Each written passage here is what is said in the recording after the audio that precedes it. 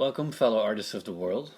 I am very pleased to have with me today Julian Freeman. And as every artist knows, that every artist is an artist, and every person is an artist.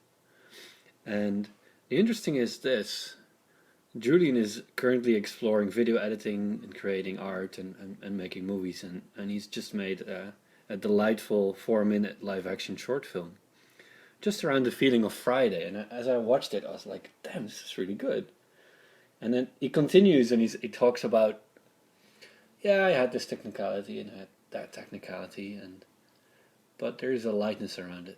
It's not, and like what struck me in that and what he said so far is like, I can see the mistakes, but as he's talking about it, it feels like he's looking at it not from a point of suffering, but he looks like this is progress. I now see what I need to do different. And I know as an artist, I'm very critical of my work, and I want it to be better. But I usually get lost in that. I can get very lost in that, just looking for what needs to be improved. And so I invited Julian. So welcome, Julian. Let's discuss this. No, thank you. No, I'm. First of all, I'm loving being called an artist. It's funny that for maybe 3 or 4 years, I picked up a video camera and I didn't know why, and I called myself a video services person, and I took videos of people and edited them and so on. And then the end of last year, I kind of went, I'm going to start calling myself a filmmaker, and I'm going to start telling stories, and I'm going to start doing it differently.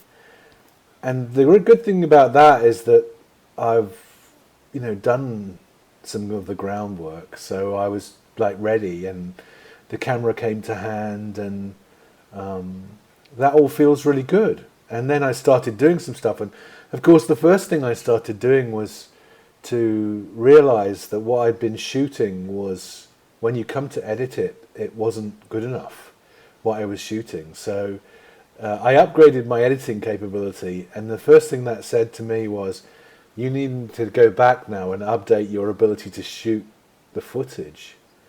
And so that to me was beautiful, because I then, of course, as you do, it was a great opportunity to go out and get myself a new gadget, and I got myself another camera, and spent some time getting into that. And then once I started getting that footage, I would go back to the editor, and it was kind of challenging me to do more with the edit, which I also loved. So, that seems to me to be quite a virtuous circle. And I was just showing you before we started this, I've just bought myself a crazy little camera, because we're just going to go away. And I just thought, I'm going to buy this camera, and it's not a serious camera, but it does do full HD movie, and so I'm going to see what I can create. It's like, this is an opportunity to create something. And that all seems perfect. That seems like the really good side of being a filmmaker.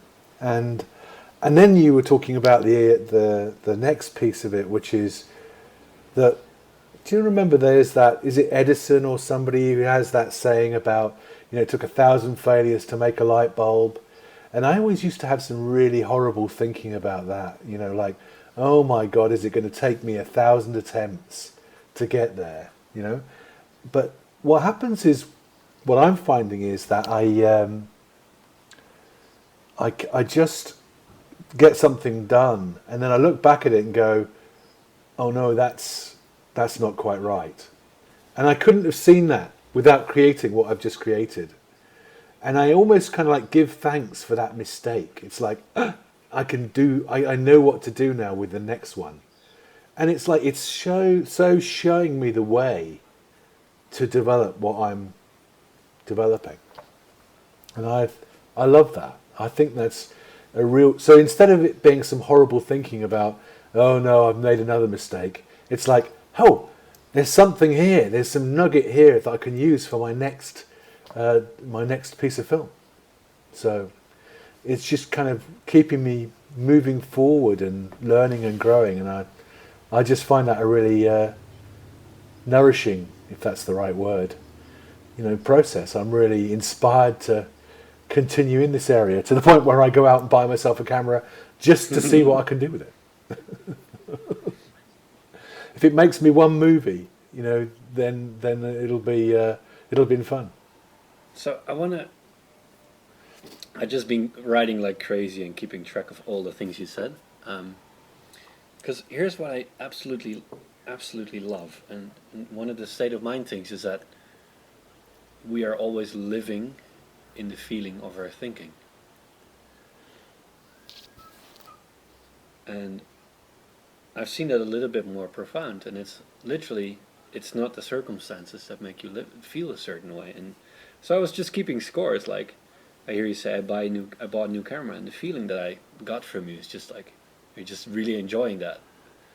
It's like really a nice vibe around it. And I know that's not coming from the camera, but you're looking in a certain direction, right? And that points to something. And I think every artist has this excitement about new things, new experiences, new possibilities, or right? And that's why most artists, I think, really enjoy being an artist. And so I keep score, and it's like, you said, like, it doesn't look quite right. And again, the feeling of it is just one of appreciation.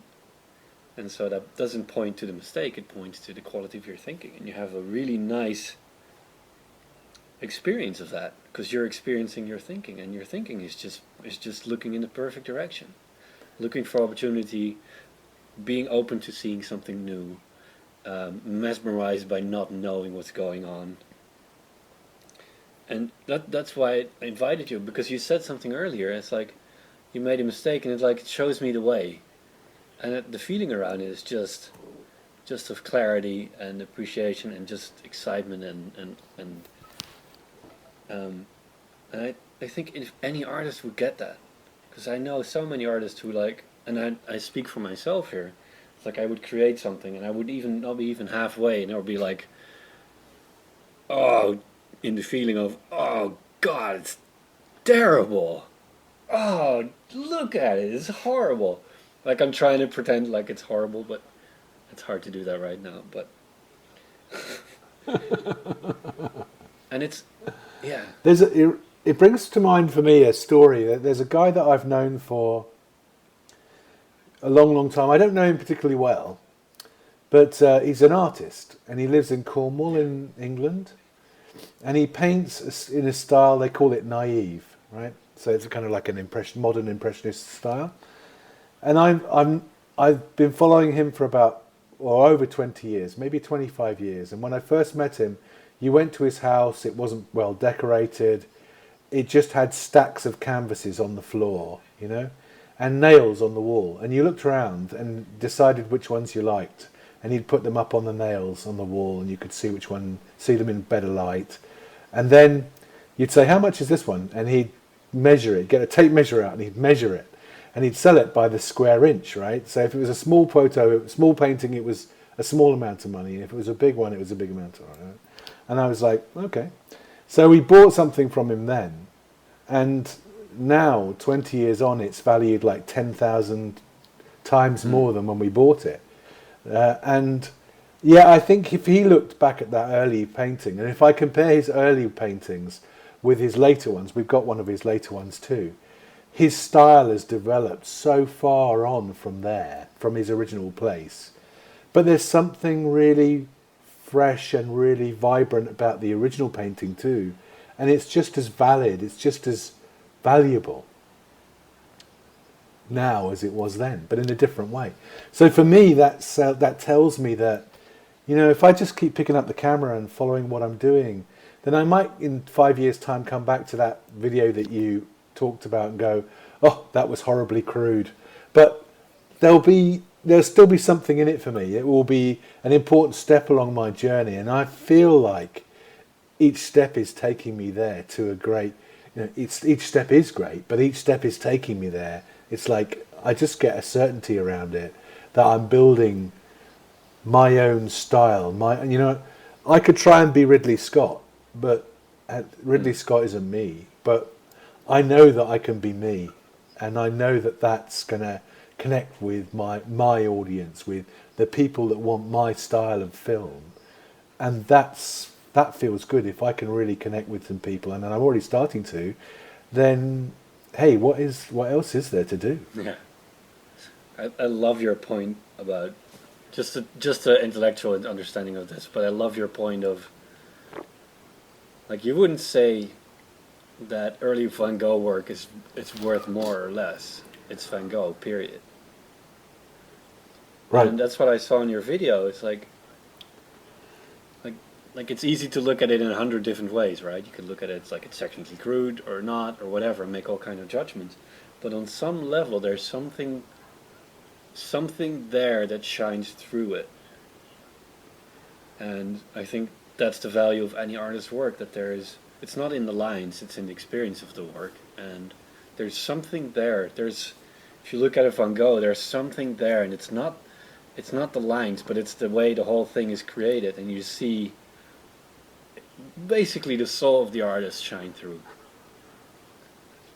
And that's really interesting, because when I try and go for something, so many of my attempts recently have ended up on the cutting room floor, like not good enough. But each one of those has learnings in it. So even though they've ended up on the cutting room floor, they've kind of helped me with the next one. And then finally I got to this, and I think the reason why they weren't good enough was because I was trying for something. I thought there was something I had to achieve with my filmmaking, rather than what happened was I was introduced to something called freestyling by a friend of mine. It was just like a crazy afternoon, and we recorded something, and that's a kind of learning in itself, because the first thing you do is you go, oh my God, do I sound like that? When you listen back to it. But it was a bit of fun, and then I just had this idea to take that music and use it as the inspiration, and I started picking pieces off my cutting room floor, basically out of my hard drive, a video that I'd shot, and it just all started to come together. So just like you were saying, there was a feeling to it, That's all I wanted to communicate with people, was a feeling to it, and because I think music and visual stuff it's just such a great opportunity to communicate with and connect with people at so many levels, subtly and obviously, and all the ways in between, and just playing with all of that. I mean, that is a fantastic palette and canvas for anybody to work with, and just playing with all of that and being playful with that and discovering my style and just enjoying that journey it's got so much juice in it for me. It's lovely. Yeah, I'm just sitting in silence. I'm like, yep. Well, if people get just some of that juice, coming across in the movie, and they connect with that, then that's job done. That's, what else do I need to do? Yeah, nothing. But so often, I think, coming back to the Ridley Scott phenomenon, so often people want to be, they want to produce something else. Like, I looked at your lovely animation at the start of your podcast. I got, I'd love to have something like that. How could I do something? But yet, and I don't. Yet at the moment, I'm not technically capable of it. But actually, I have this C word, collaboration, and that's another opportunity to kind of play with folk. What could we do together? That's an interesting idea. Because you think about a band, right? A rock band. Oftentimes, I love Coldplay, and if you break down their music, it's each person has a very, very simple part to play, but together, put those pieces together, and you end up with something massive. So that's one of the things I'm looking for I'm excited about on my journey, is that, like with this freestyling guy, that was an opportunity to collaborate with somebody, and it really worked out. It's working out really well. So it's not just a journey for me, it's a journey for us. and that feels really good too. Yeah. So, further two things. First of all, the animation that Julian is talking about was made by the excellent Matt Bajaya, who's just like a force of creativity, because he's like, yeah, I just made that like it's nothing, like it's just, and he had it rendered. It's really cool. And but on the second thing, like, I was wondering what kind of feeling came up for you when you watched that, watch that thing, when you watch this bomb go bang. I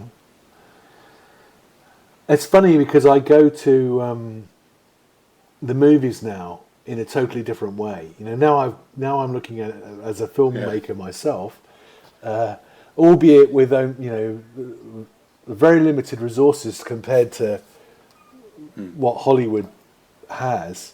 I look at those movies and I can just see all kinds of things in them, and I go, that is totally cool. You know, I can do something like that or not, or I can just use it as a way of, I don't know, use it as a way of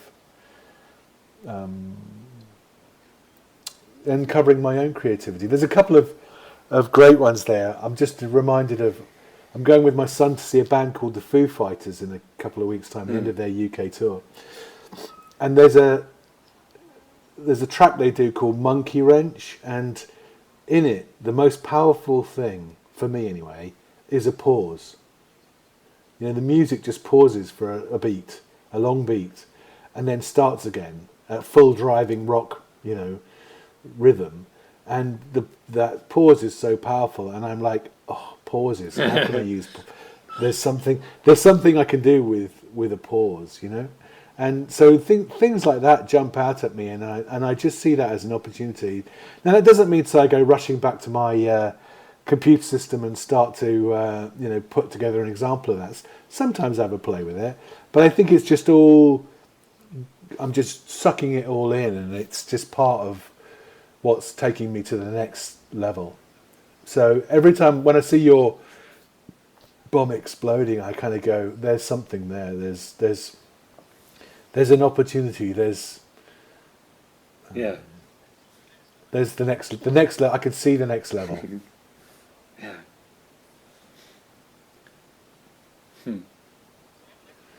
So I'm loving, all of you creative people that are listening to this. One of the things I just want to say is that, you were just talking about it. People take for granted. They kind of like don't give themselves the credit for what they already have achieved or what's right at their fingertips right now, their ability to create right now. And that is a supreme gift. I mean, it's a great talent. It's and what I've been working through, what I'm talking about a lot here, is two things really. Whenever you, if you want to play an instrument, you have to learn to play it first thing. And a lot of people that will be listening to this are very, very good players already, and they're very proficient at putting their hands on the keys and blowing into the instrument and making it sound good. Because beyond that, you get to express yourself, and that is fantastic. That's the real juice of it for me. You were talking about there's a feeling that comes through in the movie, and that's where, I listen to a guy who's doing a doctorate in music, and he can just pick up an instrument and really express himself, and wow, the joy of that, the talent that's coming through is such a gift to everybody else around you and to the people doing it, that I'm just in awe in a way to be doing this with you, and talking to this bunch of people, because there's such a talent, such a lot of gold here to share with the world. So beautiful. Beautiful. That's what I love about talking to you in this moment, is that you have just, you're like a little kid who's just gone into it and created it, and you're standing in front of this field of possibilities, and you're like, this is so cool. And every artist has had that, and still maybe has it. And I think every artist should live in that feeling, or in that of just like, oh, these possibilities, they're endless. It doesn't. Totally, Yeah. totally. Be more childlike. You know, when you're an adult, you start to analyze stuff and judge it and criticize it and so on. But when you kind of like a young kid and you're going, you've never ridden a bicycle before, and you see a bicycle for the first time, and you kind of go, that is amazing. That's true. If just spend a little bit more time seeing life like that, life changes completely. Life changes, and for me, coming back to what I was saying, you know, there's one part which is like playing the instrument, and the other part is once you can play the instrument, you can express yourself, and that to me is uncovering a creativity that I never really knew I had. I think a lot of us as adults don't give ourselves the credit for the fact that everybody has creativity built in. You know, from the word go, it's built into your functionality as a human being. You, in fact, that's what you're here to do: create stuff. You know, because that makes the world go round. You know, that's how we create a thriving, vibrant world. And so it's our gift. And if you don't create, then you're just missing the God-given, if you want to call it, that opportunity. It's like right there at your fingertips. Everybody has it. And for me personally, that's been quite a long process of realizing that, oh, actually, I never thought, you know, and I used to think of myself as creative, but now it's like, no, I do have a creative side, and I can let that open up that door more and more, and I'm never disappointed. You know, there's always more. So part of me is like you're in a ridiculously good space right now. You're just very aware of how things work, and you're able to relax into this, and then. You should have seen me last night. Yeah, it's true. That's a very good point.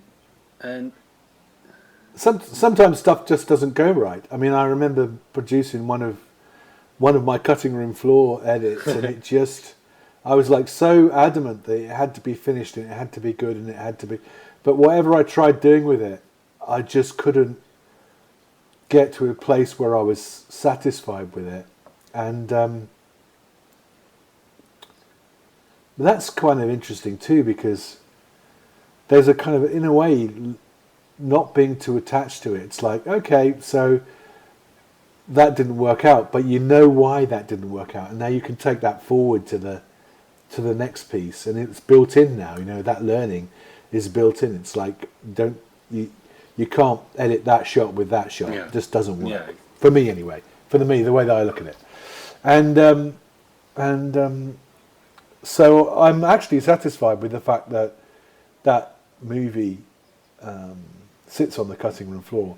And the other really interesting thing that comes out of that is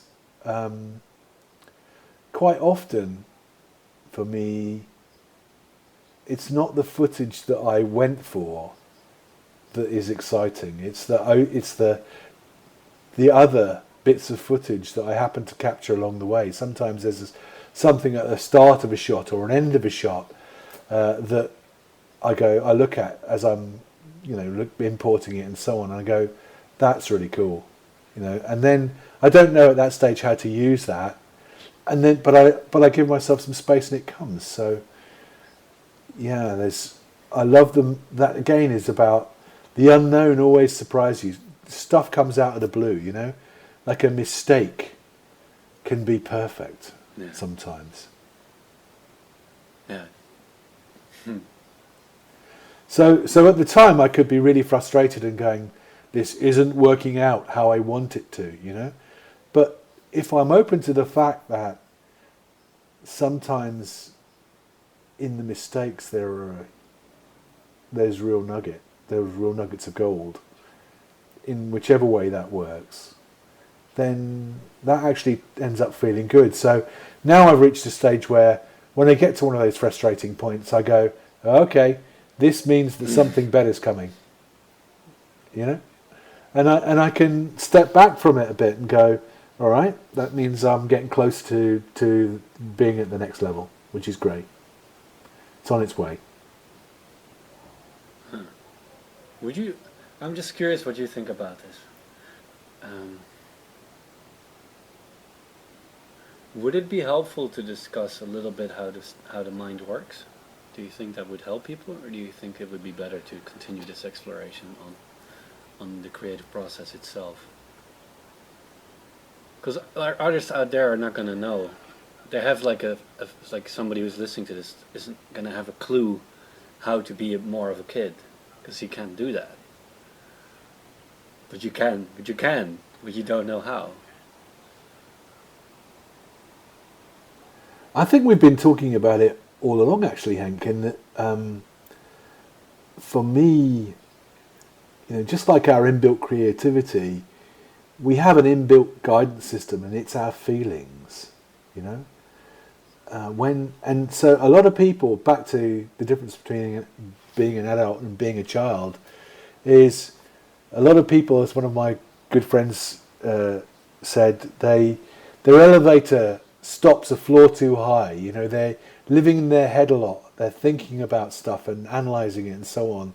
And if their elevator stopped a floor lower, in their heart, in their feeling of what they're doing, then that's quite an interesting opportunity. That's where the juice is. And I think a lot of times what you're alluding to is that people are,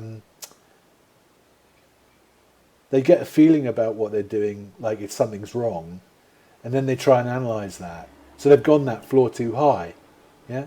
But if they just go back down to that, just feel it and follow a good feeling. Give yourself a bit of space to get into a good feeling with what you're doing, and then just follow that. Do what feels right. And usually, what happens if you go wrong after that is you've just naturally slipped back up into that thinking about it, and you've got back to where I was talking about a minute ago, which is like, no, it has to be this way, and that's usually the sign to go, no, that's you're coming at this from the wrong place. Now, for me, what I spent a lot of time, back to my lift analogy, trying to figure out what that elevator button was. Can I press the button to go to the right, and I couldn't find a reliable. There are different times that the different things would work, and other times they wouldn't work. But the one thing that is reliable is if you give yourself a chance. The more you think about it, the more you're pressing the button, the more you're trying to go to the wrong level. So actually, the thing to do is to not do anything, to give yourself a bit of space, to let that thinking pass. Because if you give up with what your idea of what it should be like, what it ought to be like, what it must be like,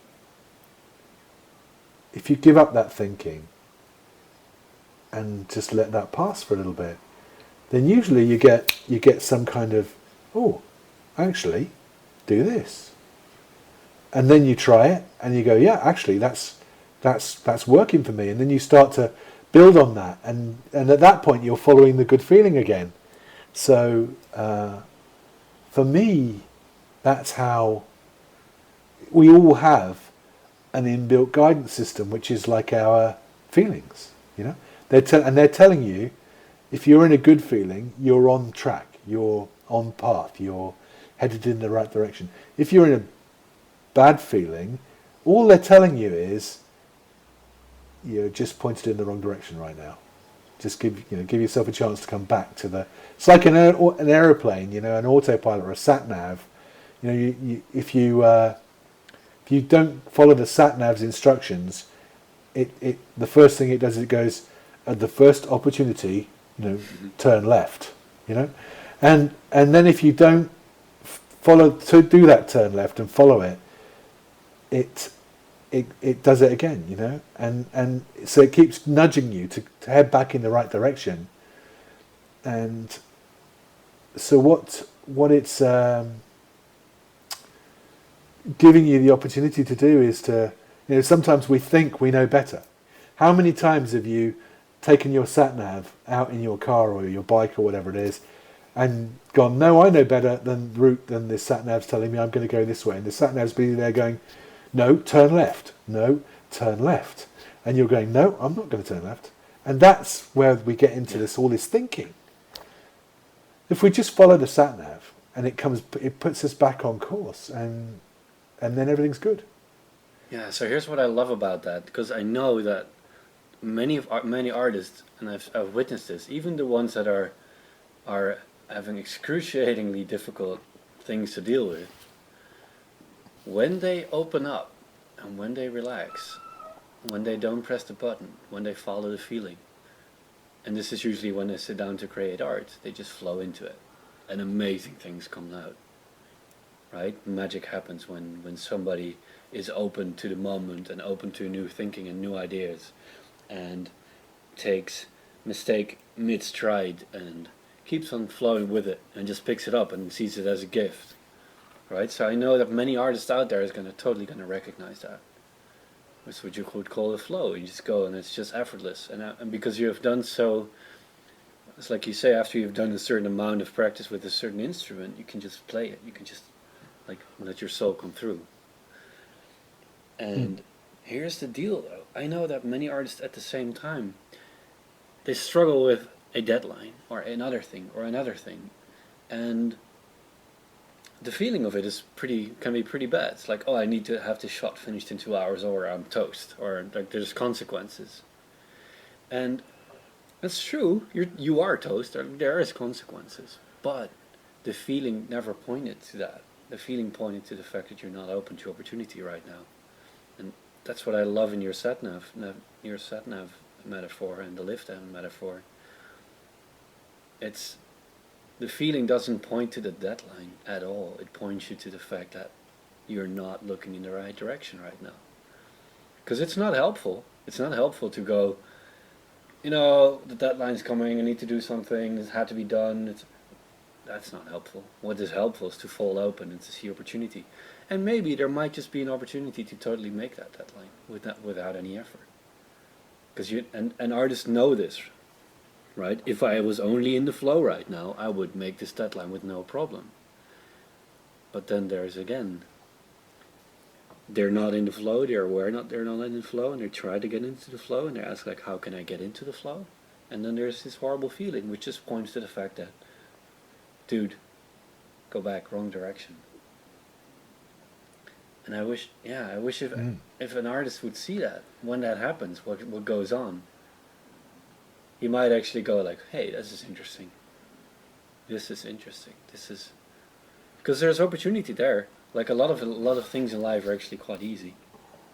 They're not hard at all, if you're open to new thinking and you're in the flow of it. There's a thing for me that to what you just mentioned there. I get a sense that really great artists and the people that work with them would rather that they produced the work they want to produce than have it on a deadline. Excuse me. They would rather have it, be amazed by it, by the quality of it, by the creativity that comes out of it. They would rather have a fantastic piece of work than have something that's average on a deadline. And I think sometimes that's hard, because real artists who are really true to their art know that they hold out for. I remember a guy that I was doing an engineering course with, and he created a little model thing that went round a slalom track and came back, and it didn't quite make it through the finishing gate, and he struggled. He didn't. In the end, he didn't enter it into the competition we were both in, because it wasn't perfect, and he did get it perfect, but not in time for the competition. Now, was it, for me at the time, I was like, well, just get it good enough. you'll probably win the competition with what you got. And he's like, no, it has to be right. Now, sometimes it's really important to go with what's right for you, for it being, especially as you're creating something, and people will see that. That's what they see of you. That's what you're producing for them. They really want your best work. So I think they'll wait for it. They'll. So any thinking you have about must get there in time to me is like, no, far better to have something you're really excited about than compromise it. Yeah. Having said that, one of the things I do find is that there is another way of playing it, right? So I don't know if you watch tennis, but tennis people have when you're really in the flow, as you called it, they can serve up a first serve and they'll ace the ball right into the corner where nobody can reply, and that's a perfect, shot. When you're in the flow, you do that. You pick up your tools and you create something, and it's just, you ace it, you slam dunk it straight off the bat. Other times you, like I said earlier, you play with it, it's not quite right, and so on. And there is a way, like a tennis player has a second serve. A second serve is very, very cunningly crafted so that it's going to land inside the line. It's going to be, it'll be returnable, but it means they're in the game, And sometimes as an artist, then it's good. It's okay to be in the game. Produce something that's good enough. But what that also allows you to do is to That's all right. Yeah, pick it up. I'll edit it out. No problem. I don't see people keep calling me. I don't know who the hell they are. And anyway, so if you're playing your second serve, right? What that allows you to do is you stay in the game, and you play your way back to the flow. You play out of the struggle and back into what feels good. Yeah, you keep playing. Yeah, that feels right. And that, for me, that's why I don't mind stuff ending up on the cutting room floor, because I'm still playing. I'm in the game. Even if I'm not winning those points, I'm the next point could be I could get that back onto the feeling and get going again. So, and it's back to following the feeling, just giving myself a break and feeling good, getting that childlike feeling back, just knowing that my guidance system works 24/7, just like my creativity is there 24/7, and all I have to do is allow that all to happen. I think we've reached the perfect point to let this one end. I think that's just. Is there anything else you wanted to say, or just to? Yeah, I would. Just a request. So I want to go back to this idea of a rock band. I'm sure there are really talented people out there who are creating fantastic music, fantastic visuals. I love this idea of collaboration, and I think it sparks creativity. So if there's anybody out there who would love to talk about doing something together, then julian@starsofwellbeing.com, email me. Let's talk, because I'd love to come out to play. I'll add the email address to this post. That's amazing. I love that. Yeah. Thank you. And I look forward to the possibilities that come along with that. I think that would be really, really exciting. Yeah, and for the people who don't know, I didn't fully introduce you, but Julian's been very familiar with State of Mind and pretty active in this community. And so I would even say if anybody wants to talk to him and he feels up, send him a message. Yeah, no, if you want to talk about the elevator button or your guidance system or any of that kind of stuff, I do that kind of stuff. I talk about that kind of stuff too, and I love to help people, because you've got your gifts, people. Bring them to the world. The world needs them and wants them. Yeah. Perfect. Thank you so much, Julian.